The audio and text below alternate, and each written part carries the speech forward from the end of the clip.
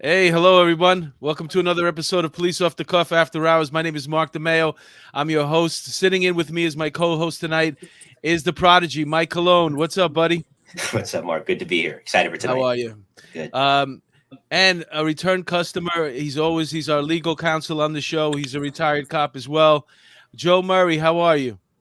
Doing good. So excited. Thank you so much for having Joe back. This is so appropriate on Veterans Day. I salute all veterans for their service, and I'm so looking forward to this show. Thank you. Yeah, this is going to be a good one. Our guest appeared on the show probably a month ago, and he had so many wonderful stories that we couldn't fit them all into an hour. So we begged him to come back. He's a Vietnam vet. He won the Purple Heart. He was a New York City police officer, a state correction officer, a postal worker, and an author of several books. Let's welcome back Joe Sanchez. How are you, Joe? Thank you. And Port Authority police officer for 3 years. I forgot about that one. One of the best jobs I ever had as well. Oh, Letter man. carrier. This guy did it all. Ambulance driver. Oh, yeah. Ambulance driver, drove a taxi. And he's not even Jamaican. Hey, listen, Joe, before we start, okay, I'm ready to start. Hello to everybody in the chat. This is going to be an exciting episode. We have, where do we even pick up? Well, today, like Joe Murray mentioned, it's Veterans Day. To all the vets out there, thank you for your service. My father was a vet. But when we sat down the first time, you told us a story about how you got injured. It was towards the end of your I guess your year of service down there in Vietnam, and you almost got blown up by a hand grenade. I did get blown up. Well, Yeah. I mean, some of the guys that you were with got it worse than you did, right? Yes. Yeah, I remember you saying that. Yes. But first of all, listen, I want to thank all the veterans. This is Veterans Day. I want to thank them all, those who serve and pay the ultimate sacrifice, including our law enforcement officers who are serving and protecting.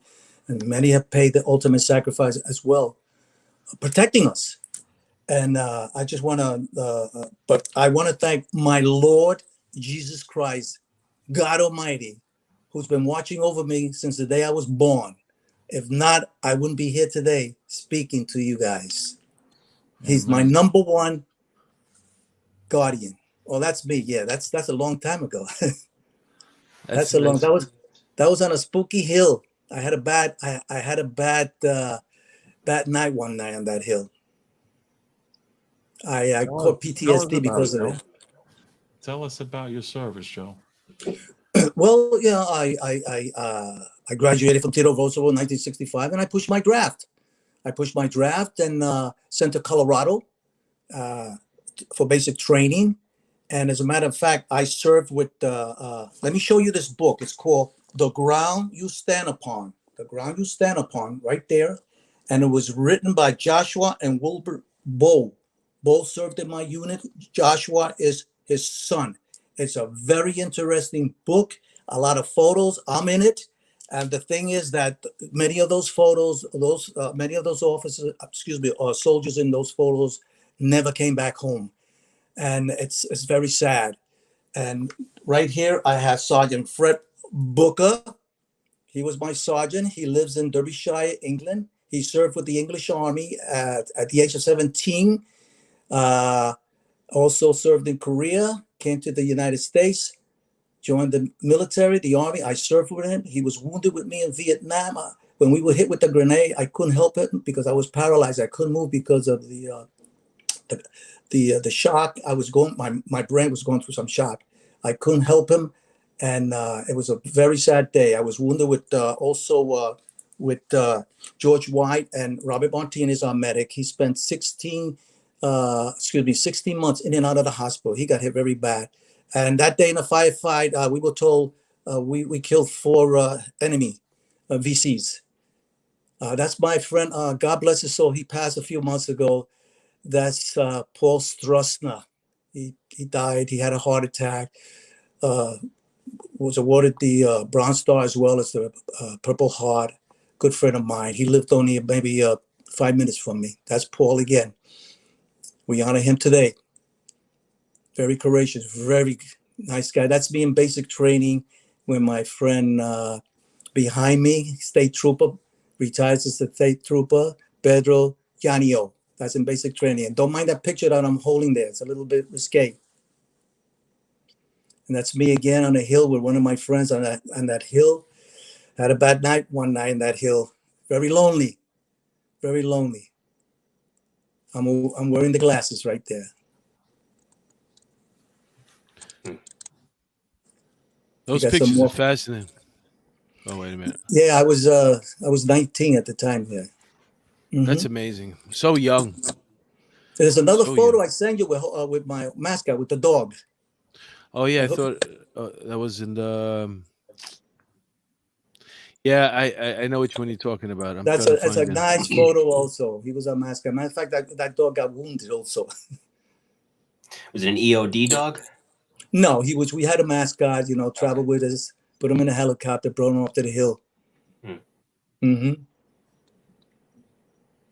Yeah, I don't know what happened to that picture. Well, while he looks to find it, I guess I can ask the first question of Sure, the night, and that is, please do. a lot of guys. I remember reading. May this I say story. one thing first? May Go I ahead. interrupt you? Can I name a few guys before I forget? Yeah, So absolutely. I got friends like Michael Calderin. He has his own radio show. He's had me on his show. Great guy. Lutelano has had me on his show as well. Herman Velez is my former partner. Charlie Wickfield, he passed. Another military. He served in the army. Raymond Diaz. He was also a police officer.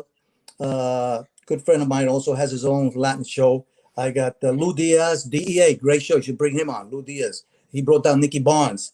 Altorado, Dave Fisher, Lou Telano, like I said, Joe Cirillo, Victor Padilla, also served in Vietnam, Nick Estavillo, Monty Bitterman, Gabe Kaplan Allen. I got Mike DeGiorgio, Richie Wise, and I could go on and on. And all I know is that my story is a Kafkaesque story, nightmare, as far as Vietnam and the NYPD. Well, I kind of forays perfectly into what I wanted to ask you, because that war wasn't popular. I remember reading a story about the late FDNY Captain Patty Brown, who sadly, talking about making the ultimate sacrifice, made it on 9/11. And he was in that war. He came back, and the insults were baby killer, things of that nature for people who were firmly against that conflict. So when you came back, did you get that kind of treatment? No, because I forgot about everything. No. But I was very careful because I remember I had PTSD. I didn't know what PTSD was. I chose one day to visit the VA because I was having problems, even when I was a cop. I remember working, like I said, one day I passed the funeral parlor and I heard these screams. It was a scream from a Puerto Rican mother. I walked in and I saw her dead Marine. I saw the honor guards there, and one of the Marines comforting her. All she kept saying, "Me mataron el hijo, me mataron mi hijo." I walked out. I couldn't take it. It brought back, bad times in Vietnam. Another time in Puerto Rico, same thing. I was in the cemetery. They were bringing in a Puerto Rican soldier who had been killed, and when they come in with the drums and what have you, I had to leave. I had a bad time. It took me a while with therapy. And, I get 100% from the VA because of it, because of wounds and PTSD. And where the NYPD abandoned me, they abandoned me and my family. They didn't care. It's the truth. The VA was nice enough to pick me up and bring me back to where I should be, to where I am today. I had this conversation with some friends of mine from the bomb squad, because those guys come from a big military background. You kind of have to if you're going to do that kind of work as EOD guys and whatnot. And I'm curious to how, when you're coming out of the military trying to get onto the police department, how do they look at you in the academy? Because on one hand, okay, he's experienced, he knows how to handle a firearm, he's squared away. But on the other hand, there's that PTSD factor that you were alluding to. So how did they look at you as a combat veteran trying to get into the police department? Well, I never tried to talk about it, but I know I had to see two psychiatrists. The first one failed me because I was getting 0% for what they call anxiety. They didn't call it PTSD. And I tried to be honest with them. They showed me the Rorschach ink black, and apparently I failed that. I failed it because I was trying to be honest. And they showed me what appeared to be a butterfly. you either see a butterfly or see something else. And I saw a woman's anatomy, and I described it. And then they had these things that looked like the Valley of Death. To me, it looked like the Valley of Death. And then they showed me something that looked like a bunch of chickens with their heads cut off. So I thought, listen, I'm going to be a cop. I'm going to be honest. I'm going to tell them exactly what I was seeing. They filmed me. So I appealed it. Next time around, and I have a habit of doing this with my hands. I express myself. I'm not Italian. I'm Boricua. But second time around, they gave me another psychiatrist. I went to Park Avenue, private psychiatrist. This way, I didn't move my hands as much. And he said, "What do you see here?" "Oh, I see a butterfly." And the Valley of Death became a bunch of trees, beautiful trees. And then the so-called chickens with their heads cut off. I forget what I told them. All I know is they passed me. So they did. I'm being honest with you. But next question in regards to that, because I really didn't talk about the military when I was a cop. I really didn't. I kept a lot to myself. Understandably. I want to give a shout out to some of the people in the chat here. Jen Lowe, see you all in Mike V, or is it Mickey V? Single mom of 4. She welcomes both of you. Factual breakdown. Hello, MODs and all the POTS fans. That's our abbreviation, and I got it wrong. So there you go. Jen Love, here. Scotty Wagner's in the house. Kathy Bates. She's taking a break from breaking ankles right now. She's with us. Joey Brooklyn is in the house. Angela is with us too. Ryan Investigative Group, Mike Ryan. Henry Hill. Thank you guys for all tuning in tonight to our special guest, Joe Sanchez. Let's take a look at some of these other pictures here that you have. Who's this, by the way? Oh, my wife has seen that photo. Yeah, that was before I met my wife. Yeah, that was an R&R. I went to an R&R. Yeah, that looks like a good. I went to two R&R. I was in Bangkok, and then I snuck another R&R. That's a different story there, but that's an R&R. She loved you long time, right? No, she said I for certain things. Yeah, she would tell me, "You can do, Joe. You can do." I said, "I can do." Yeah, I'm trying to get this picture off here. I got to get back here. Yeah, my wife has seen it. Yeah. And you rarely ever talk about your crooner days when you were singing in the big band. Oh yeah, that was I gave them to the Roseville there. Yeah, those were my he was the fifth season. You know, there was a fifth season. Yeah. He was the fifth Beatle. That's it. Chas Palminteri graduated from my high school in 1970. I graduated in 65. I'm older than Chas Palminteri, except I have more stories than he has. You look great, man. You look great, and you're an avid softball player too, which is awesome. Yes. One last thing I want to tell you as far as Vietnam, I lost a good friend named Lenny Palulo. I'm friends with his parents. His parents died, and what hurt me with Lenny was that he took my place one time. The day he was killed, I was supposed to be in that hole he was in, and he lost his life. And I remember when he had gifts just before Christmas from his mother. And they had a tape he wanted to listen to in regards to his mother and father, and one of his sisters saying hello to him, and they sent him some cookies. And he had told me that night, "Joe, I'm not going to die here. I'm going to go home." I said, "Yeah, we're both going to go home." No, he never made it back. And then there was another one, Wiseman, Alan Wiseman, another good friend of mine. I met his girlfriend at Fort Dix, and he never made it home. So these are things that used to bother me when I got home, and I used to think about these fellas, but I never talked about it too much. Joe, were there other, veterans that joined the department with you? Did you guys kind of, just pull together or gravitate together? No. I just knew they were veterans, and that was it. I never really. When my partner Herman Velez, he knew a little about me because he knew my experience as a combat vet, and he enjoyed working with me because he loved the action. When he worked with another partner, he said, "I'm bored, Joe. You're the best. You're the best. I like the action." And like with Susie Medici, the first female to be awarded the Combat Cross, I got involved with 2 shootings with her. As a female police officer, she was great. Backed me up. Charlie Whitfield, another friend of mine, he passed away. I work with some Freddie Roman and the 25. I work with good partners. The ones that didn't want to work with me were the ones that didn't trust me because they thought I was a field associate, that I was internal affairs trying to catch bad cops, which wasn't true. You know, it's interesting because you mentioned, of course, being Hispanic. Sometimes it's not only an African American thing, but with Hispanics too. People look at people that choose to go into the law enforcement field like, okay, sell out. You know, not all, but there's certainly a portion of that, given the fact, and we're coming off the '60s too, which was a crazy time, as you well know. So, did you encounter some of that? No. I was fortunate. Like I said, even when I was a kid, I look Italian. I could sneak into the Italian neighborhood. I had no problem. I can go into the black neighborhood. I had no problem. I got the good Lord that was always watching over me.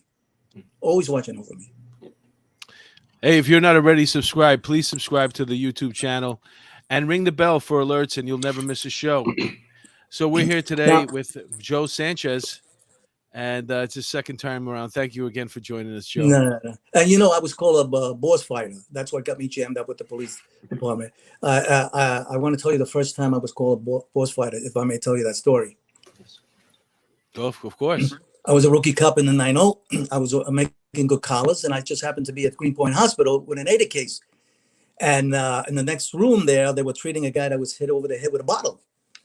And me being as curious as I've always been, I approached him and said, "What happened to you?" He says, "Well, I take photos. I was taking photos at Benny Vega's bar, lounge. They have dances there, and my job was to go in there and take photos, you know, Polaroid cameras with a Polaroid camera.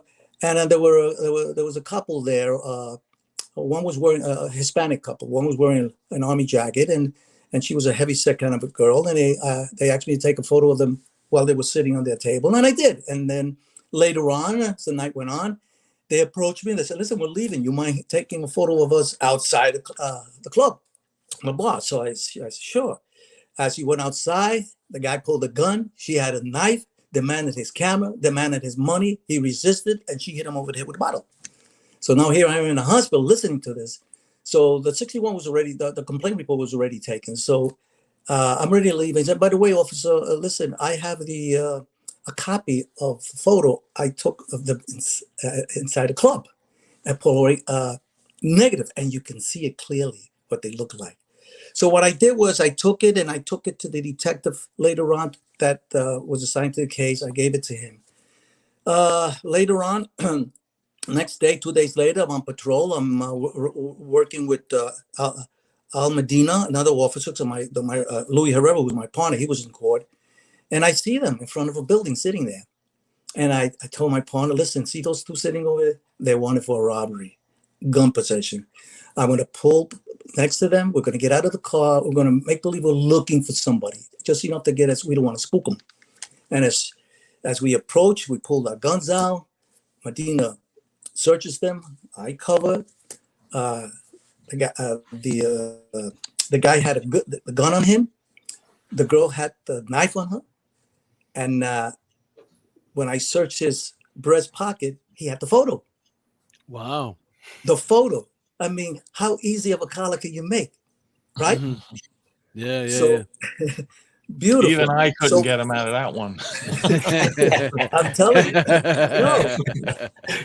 So we respond to the precinct. The sergeant of patrol that day was a female sergeant.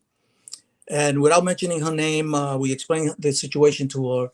So I woke up to tell the detective who I had given the Polaroid a negative copy to that I had made the collar.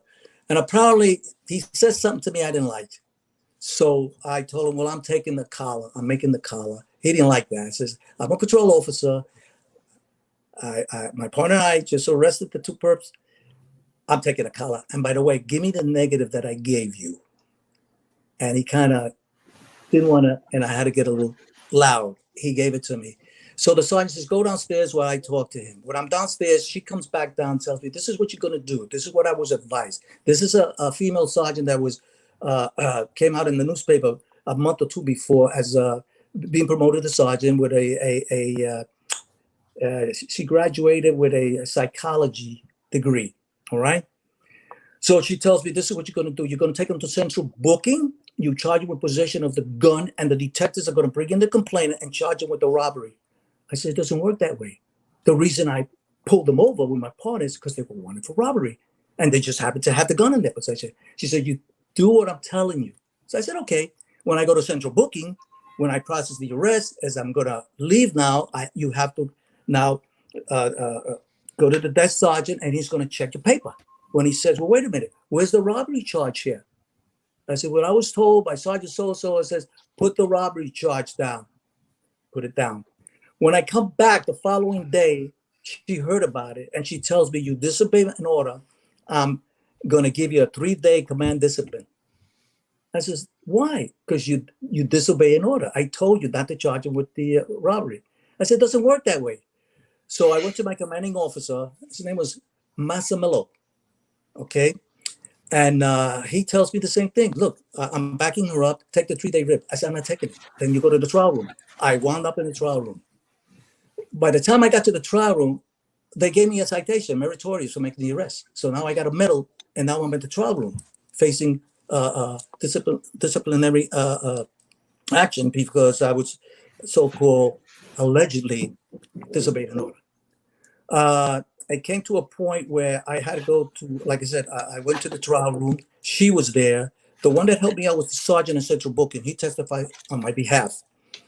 She didn't know what the heck she was doing. PBA delegates were there. They couldn't understand where she came from.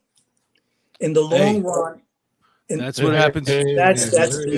That's what happens when you mess with Joe Sanchez, right there. Look at that. That looks like out of Serpico, right out of the movie Serpico. It really does. Those old school patrol cars. You know, I love the blue and white paint, the old siren, and the coat. I love that jacket with the buttons. Yeah, that's a choker. Yeah, you have the T-shirt on under there. Yeah, or a sweater. But anyway, she walks out and she says to the other, the PBA delegates there, he's going to beat this, but he's going to go down as a boss fighter. And that was the first time I was called a boss fighter for doing my job. It took 1 year to have my so-called disobeying an order expunged. Had it there for 1 year, but it followed me. He's a boss fighter. That was my first the guy experience. that beat the trial room in the 70s, right? And then he's a marked man from. I was marked. As soon as I went, I was transferred to the 2-5 precinct because I moved to Rockland County. The phones came in, the calls came in. They were dropping dimes. I mean, he's a boss fighter. He's internal affairs. Watch him. And well, the thing is, if you're smarter than the average bear, you should be a boss. The guys, it's a kiss of death when you're smart and you want to be active. Be active, or be a boss. But to be both, because if you want to be active, you're always going to be fighting bosses. And most of them they don't know what the hell they're doing. I don't get that. If I can just intervene real quick before Joe continues, I have a book right next to me, and it's funny you talk about that because it centers on that very theme. It's called 7 Shots, an NYPD raid of a terrorist cell and its aftermath. It refers to a 1997 raid ESC when the bomb squad conducted on Middle Eastern terrorists thwarting a suicide bombing. And before it dives into the context of the raid and its aftermath itself, it talks about that, the reputation that active cops get. You don't want somebody that's lazy. This is dangerous work. So if you have somebody that's a hard charger, that's doing this work, that's doing it by the book, that's taking initiative, I have never understood, even with how political and bureaucratic a police department or a fire department in any big city can be, why active individuals get punished. What is the beef with somebody that takes on the work, but not taking it on for the paycheck, takes it on willingly? Jealousy. A lot of jealousy there. I ran into a lot of bosses who were just jealous. They couldn't do it. They were pencil pushers, whatever you call it. They couldn't do it. And I ran into a lot of cops. I felt the same way. Wouldn't talk to me. Even if I made a great collar, would ignore me.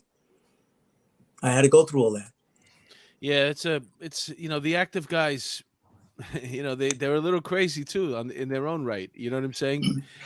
They're crazy. That's why they're so active. They're jumping out of cars, pulling people over that they know have guns. That's a special breed of person. You do. And Joe's got a lot of those stories. No, listen, before I was a cop, I saw the first cop killed. And I was driving a cab. I was waiting to be called by the Port Authority police. And I was parked by the Taft Hotel. And there was another cab parked in front of me. And it happens that I see this one guy, white guy with a long coat, and this was back in February of '70, and it was cold. And I see him running, and he gets into the cab in front of me. And when I look, I see this officer. He was a transit cop by the name of Michael Malciona. And the guy he was chasing, this white guy, jumps into the back of the cab. The cab starts taking off, and then boom, boom. I saw the officer go down. He was hit in the neck. And it happened so fast. I got out of my cab. I went behind my cab, and then other officers were running towards the cab that the bad guy was in. I remember seeing 2 officers in front, 2 in the back, just shooting into the cab, shooting through the windows. And when it was all over, the shooting started. I can hear the ricochets, all right, from the bullets and people ducking. I think 2 civilians were shot. And I know where the shot came from. It didn't come from that guy. And so when it was over, there was a police car came, parked right by the side of the cab where the bad guy was. And I'm being honest with you. This is what I saw. I pulled no punches. One of the cops, I saw him with his gun. He empties his gun to the back of the cab where the bad guy was. The guy was dead already. So I'm thinking, medal day? Medal day? There was no reason for that. But who am I to say? I wasn't even a cop then. But and then I saw when they dragged the bad guy out of the cab. And then I went home to tell my wife I lived on 4th Street between Avenue A and B. And I drove there and I told Lorraine, look, I just saw a cop being shot and killed. And I read the newspaper that afternoon, and it said those severely wounded. The gunman ran out and shot it out with the cops. Never happened that way. But those are the stories. That was my first time I saw a police officer shot. First time, and I wasn't even a cop then. I have the information right in front of me. February 28th, 1970, which was a Saturday. This is from the officer down Memorial Page. Patrolman Melchiona was shot and killed during foot pursuit. That's it. He was on foot patrol when he encountered a suspect at 50th and Broadway. In the bathroom. And then, of course, the suspect pulled a .22 caliber handgun, held it to Melchiona's head, ordering him to walk out the bathroom. When they exited the bathroom, the suspect had Melchiona lie down, disarmed him, and during the foot pursuit, that's when the shots rang out and Melchiona was killed. Outside, 29 years old. Yeah, and I saw him. I saw him go down. It was sad. It was sad. Had I been a cop, I would have took action myself, but not in civilian clothes, but actually because I'd be shot by uniformed cops thinking I'm a bad guy too. You got to be very careful. Yeah. Princess Mitch, great stories to hear. Factual breakdown. I really like your wife's name, Joe Sanchez. Lorraine, darling Lorraine. And we have a whole bunch of listen to Joe Sanchez tell his rookie story. Sad that good men have to deal with that type of behavior from their bosses. Hopefully it's changed since that time. Not really. Let me tell you something. When I was first indicted on October 1983, and 3 days later I was without pay, and Christmas was only 2 months away. I wound up cleaning houses, toilets, because I had to feed my family. And my partner Susan Medici's husband got me a job. He was one of the top managers for home security. And he gave me a job by Southern Place to guard a townhouse of a millionaire that was in Europe with his chauffeur. They tried to break in, they cut the wires, they never got in. But home security was given the job to secure the town, the brownstone. It was right near you can see the Triborough Bridge, beautiful view.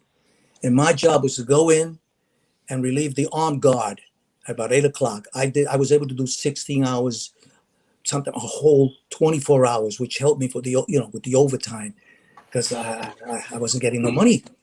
I was suspended without pay. And I remember, and my job was to prevent that home from being burglarized. So here I am, only 2 weeks before, indicted and arrested for burglary. Isn't that ironic? And I'm guarding somebody's home, prevented them from being burglarized. Yeah, that's how you know it's bullshit. Yeah, and I started, and I kind of cried that night because I was lonely. I was. Christmas I don't believe it. I'm not buying it. Not I actually. couldn't I believe it. believe you cried. You felt bad. I don't believe I tears came cried out of because you. I felt I was betrayed. I felt betrayed, and I said, "Gee, Christopher's around the corner. I need a." I used to make, because of the college I used to make, every other payday I used to make $1,700. Hey, 1,700. Bill. That's a lot of money back in 81, 82, 83. And Since we're now, talking about your college right now, Joe, do you have that article in front of you? Because I couldn't transfer it, but do you have it in front of you? Just there was a story. Joe has an article about you. You won Cop of the Month or something, and it's like they give you top the of the year. It statistic, was top of the year. the Cop of the Year, Yeah, and they give you. No, I don't know. Oh yeah, okay, yeah, it was Cop of the Year, and if top not, 10 I could, cops, top 10 cops of the year. yeah, Yeah, I was I on that could get. list. The overtime?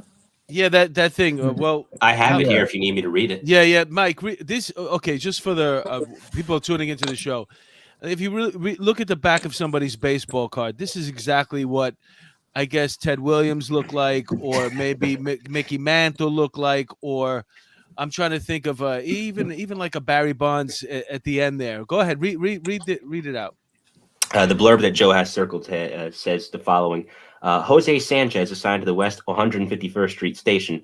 Sanchez joined the department in 1973. Sanchez, who was assigned to radio car patrol in Harlem, logged 69 arrests last year, including 10 for drug possession, 10 for burglary, 8 for robbery, and 1 for attempted murder of a police officer. Last week, Sanchez and his partner were involved in a shootout with the man who fired at them. And that article it was an article about the top 10 overtime earners in the police department. I think you were number 5 that year, Joe. 6 Because six. of your activity. It's Mhm. because of Yeah, there's a street cop, a uniformed street cop, who's doing all this investigative work on his own. I did making all detective these works in hours. uniform. Yeah. I call it guys wanted for homicide while I'm on patrol. I would get information and I go after them. The detectives were in there typing their information, and I walk in. Here's your guy. Let me ask you, did you, because when Joe Murray was on my show, you talked about how much you love patrol. You had nothing against the detective bureau, but you just loved being on patrol, and you would have stayed there, and you did stay there your whole career. But for you, Joe Sanchez, did you ever see yourself wanting to be a detective, wanting to work maybe in an action-packed unit like ESU? Because for an active guy like yourself, before everything happened and before, people decided to not do right by you, I could picture you breaking down the doors, being an e-cop and doing things like that. Did you want that originally? Well, I love patrol because that's where the action is. The jobs are coming in. 911, you're there. Detectives are doing their paperwork. They just come when the action is over. So I just love patrol. I did try for citywide anti-crime back then. And when I went for the interview, being that I was a Port Authority cop, I was very active. I spoke Latino, I was Spanish. I spoke Puerto Rican. I spoke Spanish. I called the next day and they told me, no, your interview didn't go that well. They didn't want me. Back then, sorry. I lost my glasses. Back then, Horrible. yeah, back then, I'll tell you. Are those props? Those glasses? I don't believe that you need. No, them. don't worry about it. It's just a prop, so he looks normal, like human, so nobody guesses that he's Superman. That's it. What I'm trying to say is, they turned me down, and I said one day, you don't have enough Latinos in citywide anti-crime. You don't have enough blacks in citywide anti-crime. And I says, and you're turning me down. And I would run into these young rookie cops working citywide anti-crime, going to heavy jobs that I was going, and I could see some of them were afraid. And it was very cliquish to get in there. And I said, one day an incident's going to happen that's going to bring Al Sharpton and a lot of people that hate cops. And it happened. It was exactly 1999. There was 4 white cops there. And I said, had there been a Latino cops or black cop there on the team, in the team, it would have avoided Sharpton from coming in and calling it this is racism. And it wasn't. Mm-hmm. What happened was one cop panicked. It takes one cop to panic. And when he starts firing, that was it. They all fired, thinking they were fired upon. That's what happened. Yeah. So my premonition came true. And I told them one day, and they told me, you don't qualify for citywide anti-crime. I says, Are you kidding? I'm the arrest machine. Hey, Tweety, U.S. News. She asks, is he Joe Sanchez born Jose Manuel? Manuel Sanchez Picon. Wait a minute. Yep, that answers where that is question. it? She was Yeah. asking if he was Jose born. Manuel Sanchez Picon. That's you? That's it. All That's right. it. Yeah. Why? Don't Somebody you did know their me? homework. No, Tweety USA News. I think there's an indictment coming or something. Joe, get ready. Oh, wow. I'm just kidding. Tweety U.S. News. She knows that your nickname is Arrest Machine, which I mentioned earlier. Oh, Yeah, let me but the mention new- this before we go any further. Hey, listen, folks. Where is this thing? I'll get back to it. I wanted to mention something else, but I'll get back to it. Go ahead, Joe. Joe, No, I that was wanted to ask you if that you was the don't reason mind. I didn't get This into is- citywide anti-crime. It was they were very cliquish. There should have been more Yeah. blacks A lot of it. and Latinos in there because they were working the Latino area. They were working Spanish Harlem. They were working Yeah. Washington Heights. And they knew They the were people. working the 2A precinct. It's Yeah, a just lot of that's hooks. the way the department was. That's the way the problem was with the hooks. And if you don't know what we're talking about, That- folks, hooks just mean you know somebody. Joe Murray, you had a question for Joe Sanchez. Yeah, What I is just, it? because I experienced this. I was labeled as a boss fighter, and I You did, Joe? constantly was being attacked from all angles. Back when you were on the job, like I remember Serpico, his whole You thing, lost when Joe. I actually spoke to him, the guy was a white shield cop like you, out there making all kinds of arrests, doing narcotics. Like, what was it like to try to get a gold shield back then? Like, what did you have to do? You're in 7 shootings. You actually fired 4 times in combat. How do you get a gold shield back in the 70s, 80s? Joe. Yeah. Yeah, I'm talking. We lost I Joe. was just asking you, like, No, why no, is it that guys like you and Serpico were white shields? How did that happen? What do you have to do to get a gold shield back in the 70s and 80s?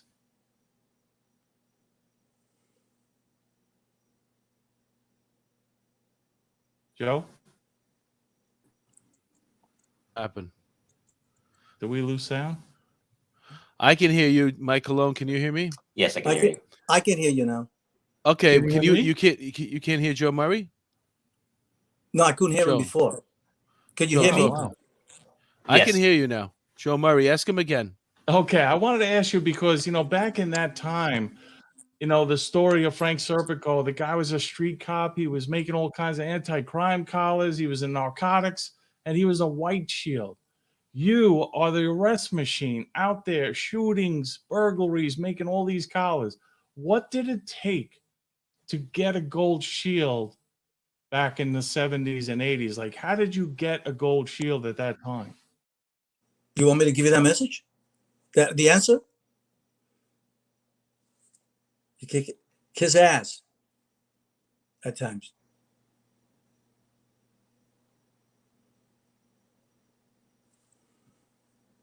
A gold shield, right? We only heard the end of the question, Joe. Very No, good. Okay. You can't kiss ass sometimes. Uh-huh. Kiss ass. You had a hook. Kiss ass. I know guys that had the gold shield should never have had the gold shield. I'll tell you one story about a guy that got the gold shield. All right. Yeah, but don't tell that about me. I mean, No. use somebody else. I'll make this fast. I'll make Okay. this fast. I shot the pom-pom bandit, all right, who was following ladies, women from the supermarkets, grocery store, and then as soon as they went into the tenement building, would pull a gun or a knife and rob them. All right, I told that story in the last time I was on the show last month. All right, his brother threatened to shoot me. All right, and I didn't even know who his brother was. But it happens that they were preventing me from making collars, so they were assigning me a foot post. So one particular day, they assigned me to. Can you still hear me?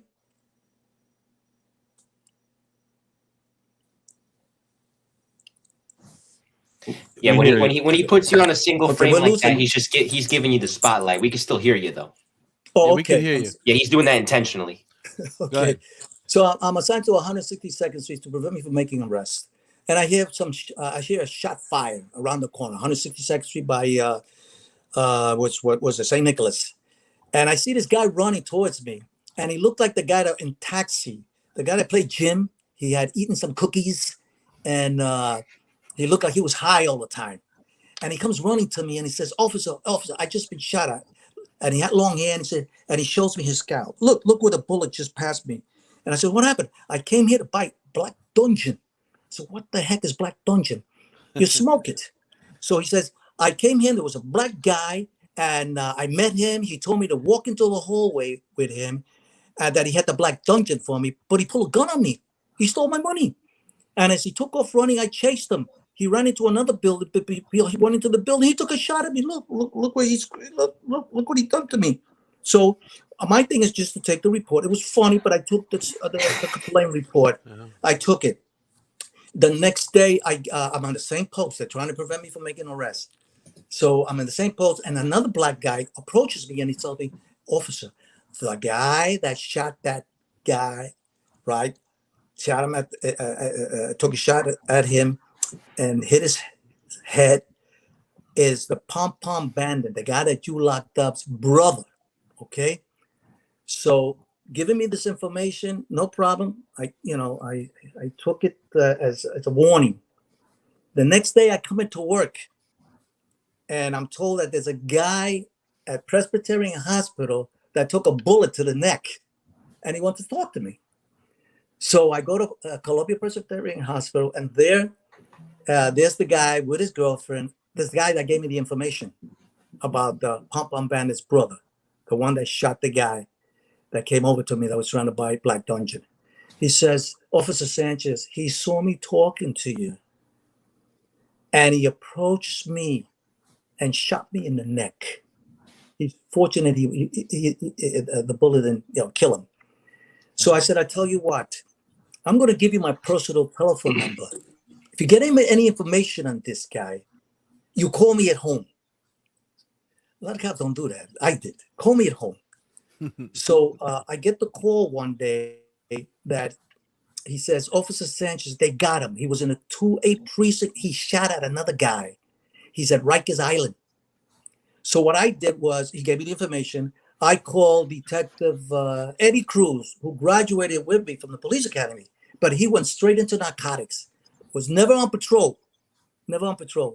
So I call Eddie Cruz, and I say, "Hey, Eddie, the guy that threatened my life, the brother of the Pom Pom Bandit whom I shot, committing all those robberies, he's been picked up by the 2A precinct patrol. They got him at Rikers Island." Okay, I got the information. Call Rikers Island and go over there and now charge him with the crime that in the 3-0 where he shot 2 guys. So he calls me back and tells me, "Joe, he's not there. The correction officer over there told me they don't have him. He's not here." I said, "He's there. Come on, Eddie, trust me. He's there." I'm not calling back because he's not there. So what I did was, give me the number that you called and the correction officer you spoke to. So I called, and the correction officer that I spoke to said, he checked, he's not here. We don't have him. And I'm very tenacious. I don't give up.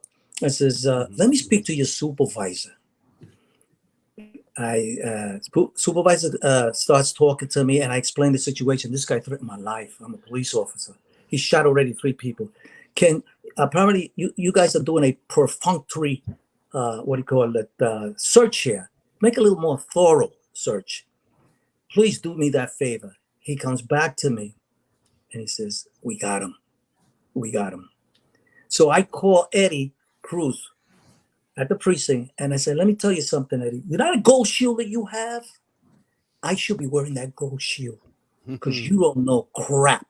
I gave you the information. The man threatened my life, and because of your laziness, all right? Here's the information. Now go and arrest them for the 2 shootings in the 3-0. Can you do me that favor?" And I went to this guy's trial. He got 20 years. So I'm just told you the story. I just told you the story because of cops that do get the gold shield and don't deserve it just because they went into narcotics. Okay. And here I am all these years making collars, trying to save people, trying to do my job. And I can't get it. I wasn't looking for a gold shield, but I was treated very, very badly because of jealousy. Folks, if you are enjoying the show so far and you'd like to support Police Off the Cuff After Hours, please, you can hit us on the Super Chat or on YouTube. We have member services there. And also, we still have our Patreon. We'd love you to join the Patreon, policeoffthecuff.com. On Patreon, please help us out. Help us keep bringing in these phenomenal guests. And once again, we got a great guest tonight, Joe Sanchez. Sitting in as well is Joe Murray. He's a retired cop, as well as Joe Sanchez's attorney, Mike Colon, the prodigy. Joe Murray also is starting a podcast, and it's called Allegedly Guilty. And your first show is going to be Saturday, which also is your birthday. Yes. My wonderful girlfriend, Angela. Happy birthday. She decided to give me a birthday present. And what a present this is, you know? So, yeah, we're kind of excited about it. But I got my start, and I owe it all to you, Mark and Bill. You guys, I did my first podcast with during my election, the district attorney. Yeah. I was very impressed. I still am. He's about to have more subscribers than me. I checked; they're like around 400. I'm at 470 something, so they're going to pass me before you know it. Oh my God! Yeah, it's so exciting. I mean, you know, I do these podcasts, with Bill and this duty run, and I feel like I have so much more I want to say. It's so frustrating, about the cases. So I would talk to Angela all the time, and then we're like, you know what? Let's do this. And then she put this all together, and just guys like Joe Sanchez, this story needs to be told. I talked to him about these incredible, shootings that he's involved in. He touched on it a little bit last time we were on the show, where he actually shot this guy and actually, he saw him pass away. I mean, it's just so profound. I brought a tear to my eye the way. Yeah, the last time Joe was on the show, we barely scratched the surface of that story. Can you give us the full thing, Joe Sanchez? Well, it's a shooting. My partner Susie Medici and I got involved with one midnight, and the man lost the fellow that was shot. It's not easy taking a human life, but I saw him take his last breath, and I prayed for him. And when his father sued the city because they were saying that we assassinated him, which wasn't true, and I met his father during a hearing, and I told him, I want you to know that I prayed for your son that night, and I still pray for him. It wasn't easy taking his life. I just want you to know that. He didn't say anything to me, but I wanted him to know that I felt very bad about it. It's not easy. And, I can't even imagine what that's like. And, so you get that recognition. You were talking earlier about what it takes to get a gold shield, but sometimes you wonder at what cost. I mean, when I was backstage while you were answering that question about what it took back in the day, I wasn't saying this kiddingly, but it seems like you had to die to get a gold shield as a posthumous promotion or come very close to it like Serpico did, because you see it now, and I'm not making fun of the process. It's a noble process. It's a worthy honor. When Mulkeen was killed a couple of years ago, when Lou and Ramos and Moore and Holder were killed, they were patrol officers originally. They were posthumously promoted, and we got no issue with that. And our prayers go out to their families. But that being said, the recognition comes now, for the most part. The Detective Bureau is a better place now than it was 40 years ago. But I feel like there was a disturbing lack of appreciation, not just because of matters of corruption, but just in general for the work of the White Shield. A lot of what the Gold Shields were able to do, and we got great detectives out there. I'm not knocking the Bureau.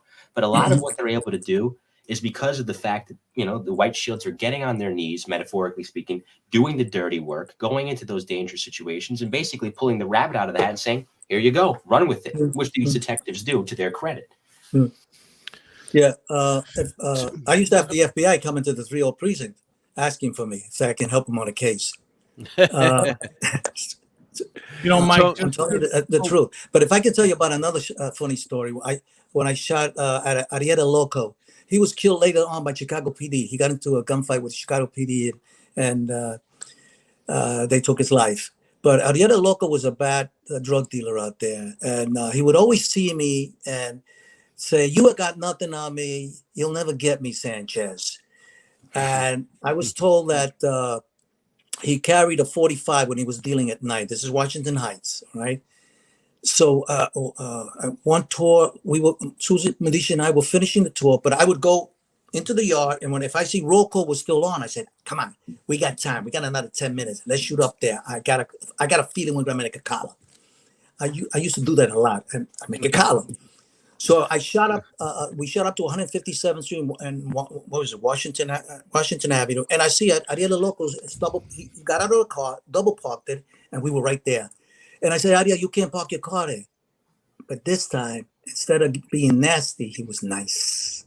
He said, "Hey, how you doing, Sanchez?" So I'm sitting like this, and I have my ankle holster, my gun in my ankle holster like this. Because in those days, you had to go like this to try to pull your gun. Especially, it's awkward when you're sitting in the car. And I always kept my car on drive. In case something happened, I'm going to hit the gas and get out of there. I never put it on park. It's too dangerous. So when he said that, without moving my lips and without looking at Susie, I says, "Susie, he's dirty," which means he's armed. He's armed. Mm-hmm. So I told him again, move the car. I didn't know the car was stolen. I moved the car, but I got to go upstairs to be in the second floor. In the front of the building lived his mother-in-law, and his wife was there. But I says, move the car. He knew me. He knew I was gonna lock him up. He was dirty. He was wearing an army jacket. He pulled a 45 on us, and when he went like this, I already had my off duty. When he saw that, I was ready to pull the trigger. He ducked.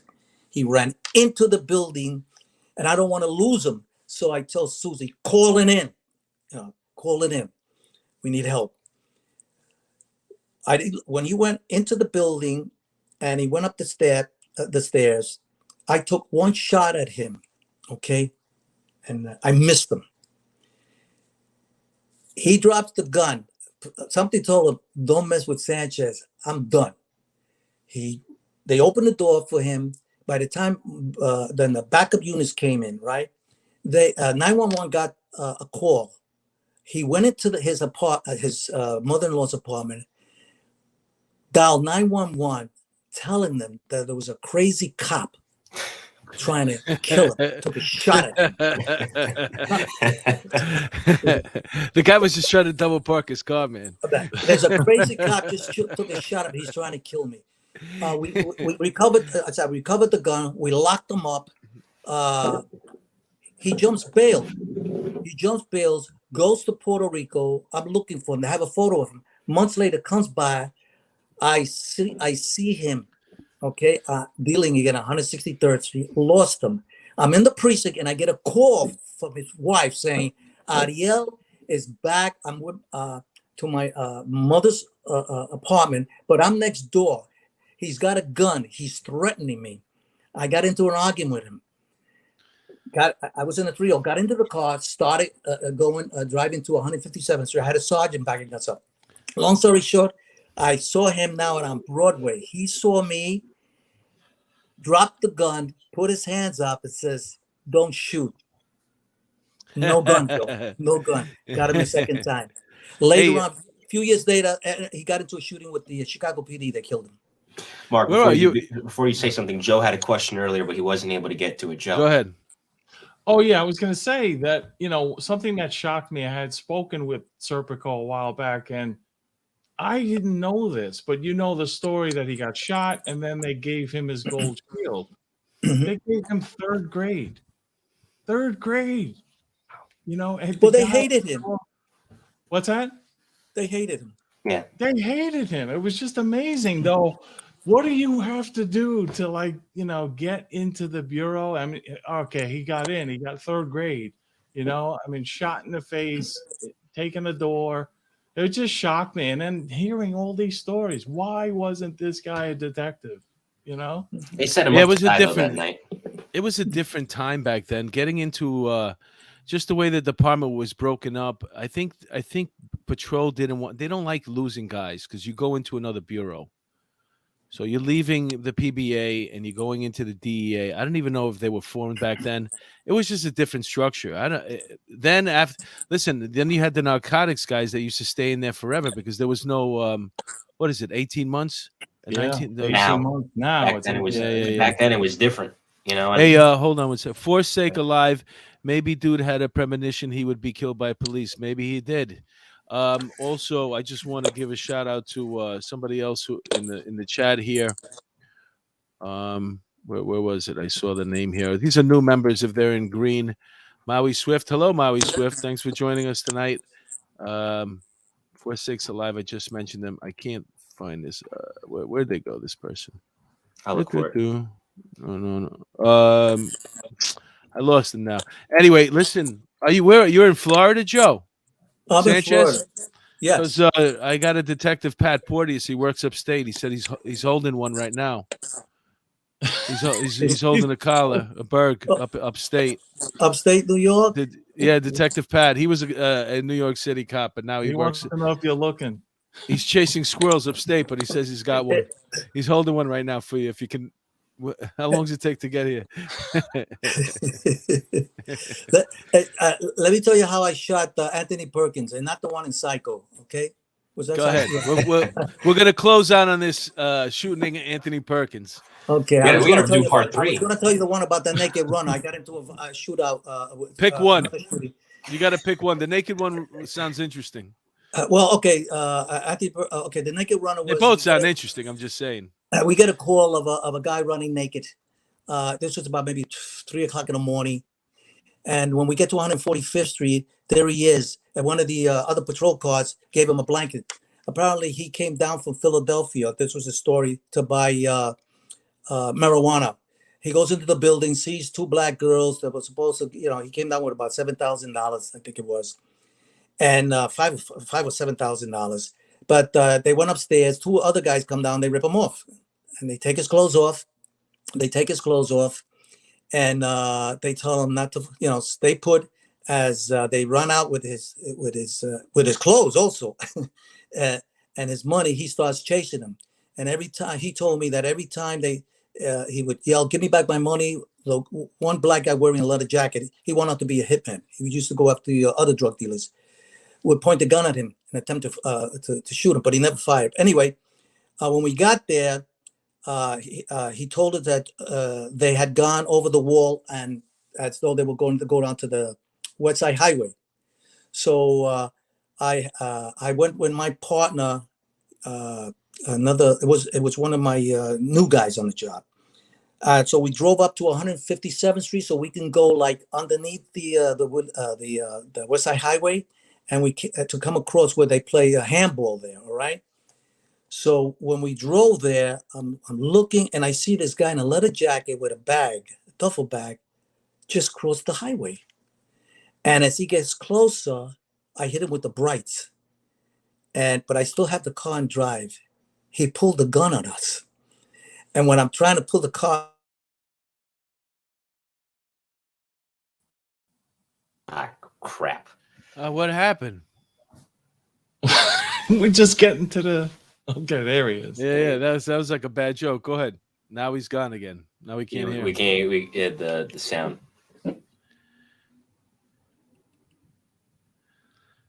Man, what a chip. We should have went with the other story. I thought the naked one would be better.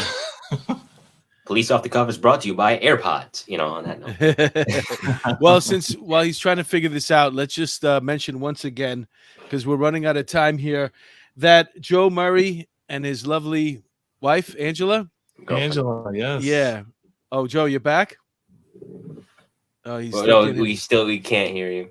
Come out and back in, Joe. Allegedly guilty. They're starting their own podcast, Allegedly Guilty, and I'm excited. This is going to be great.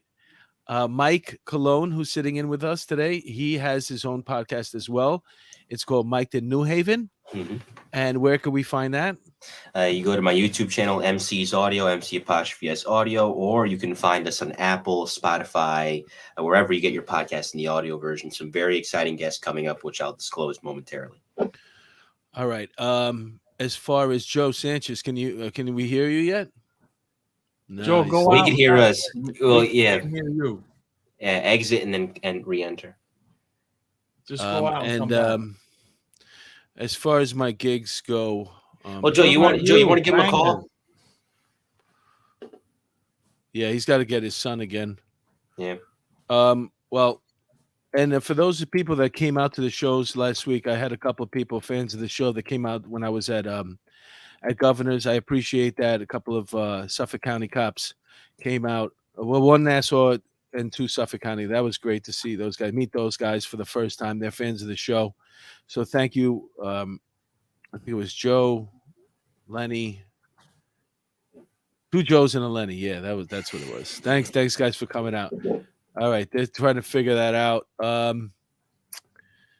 Let's see what else we got here. I'm trying to think if I'm missing. I want to do this one more time again. Did folks, we do Joe's ad read, by the way, before you get to that? Who? Did we do Joe Murray's ad read? Oh, well, that's all right. No, we could do it on the show. No, let's do it. Well, yeah, you're on the show anyway. So, listen, hey, folks. Mark, I wanted to ask you. You guys did a few months back a police off the cuff kind of get together at Am I back? Joe Yes, Lee's place. Is Okay. there any talk about doing that again? Because that was fantastic. I'm going to be there if you do. Guests. Yes, and Mike should be there. All of your guests who were there, then to meet them personally. Like I met the Prenzos. And I mean, the goal was to do these particular get-togethers either once every 6 months or definitely annually. So I think another one should be start planning it out. This way we get the Tony Lee Blair is the one I wanted to give a shout out to that I couldn't get to the name. But yeah, I think we should be planning another one of those out. So stay tuned for that. Can you hear me now? Yes, we can. Yeah. I'm listen. sorry. It was a good shooting there. I'm sorry. We got the guy. I fired at him. My partner fired at him.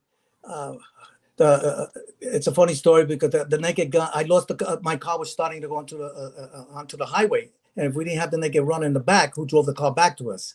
Okay, because I'm not even shooting. I shoot out with this bad guy. All right. And unfortunate for us that the naked runner was in the back, and I can actually see his family jewels. All right. Yeah. That's the one thing, man. As he grabbed the wheel, coming back. People always say, "What's the scariest thing that you can encounter?" Was it getting shot or stabbed or dealing with sick people? And the truth is, we had a naked guy running towards us one day, and we all scrammed. we were the task force, the biggest guys on the job. We all took off. I don't want nothing to do with him. Anyway, we're at the hour. I guess we're gonna have to have a part 3 because this thing. Because we still got more. Anthony Perkins. I shot Yeah, Anthony Perkins, and I only shot him once. I never shot anybody more than once. He goes down, you go. There's no, you don't need to shoot a guy more than once. Once he goes down, that's the way I did it. Yeah, well, if you're a good shot, there you go. So, no, I was a lousy shot. Folks, for those who took the time to gave us their time tonight, we really, really appreciate it. To all the veterans that are out there, thank you so much for your service. Thank you. Yes, Mike Colon for sitting in. Mike, who do we have coming up Monday? We have Giovanni Rocco, right? Giovanni Rocco, that's going to be a busy day for me because on my show, I'll be interviewing Bob Costas, of course, the sportscasting legend. And then that same evening, we'll do Giovanni Rocco, who is the author of Giovanni's Ring, his life undercover in the mafia. I'm excited about that show. Monday, we're doing a special show, folks. 7 p.m. We got Giovanni Rocco. He was an undercover. Was he an FBI agent, right? No, he was a task force officer assigned to New Jersey Police, but he worked with the FBI. Yeah, undercover, deep in the mob, the original Sopranos, the DeCavalante family. Mm-hmm. And Joe Murray, like I said, you have you're starting your podcast this Saturday called Allegedly Guilty. Folks, tune in. Make sure you subscribe to him. Please subscribe to Michael Colon. Please subscribe to our Patreon. And last but not least, Joe Sanchez, thank you for being a guest. You wanted any final words, Joe? I want to say something. When it comes to the mafia, I'll say it. They're not soldiers. I know soldiers. Cops are soldiers. When they take you on, they face you. They don't shoot you in the back or they don't shoot you in the head. I don't know why they call themselves soldiers. I had to say that. I had to get that out. You're the real deal, Joe. Thank you. You're the real deal. The world can't handle too many of you, though. We're in honor. Amen. Thank you so much. Thank you for your service. Thank you. Thanks everybody for tuning in. It was a great show. We'll be back Monday night. Thank you for having me. God bless you guys. Thank you. Stay safe, everyone. Have a great weekend. Thank you. Thank you.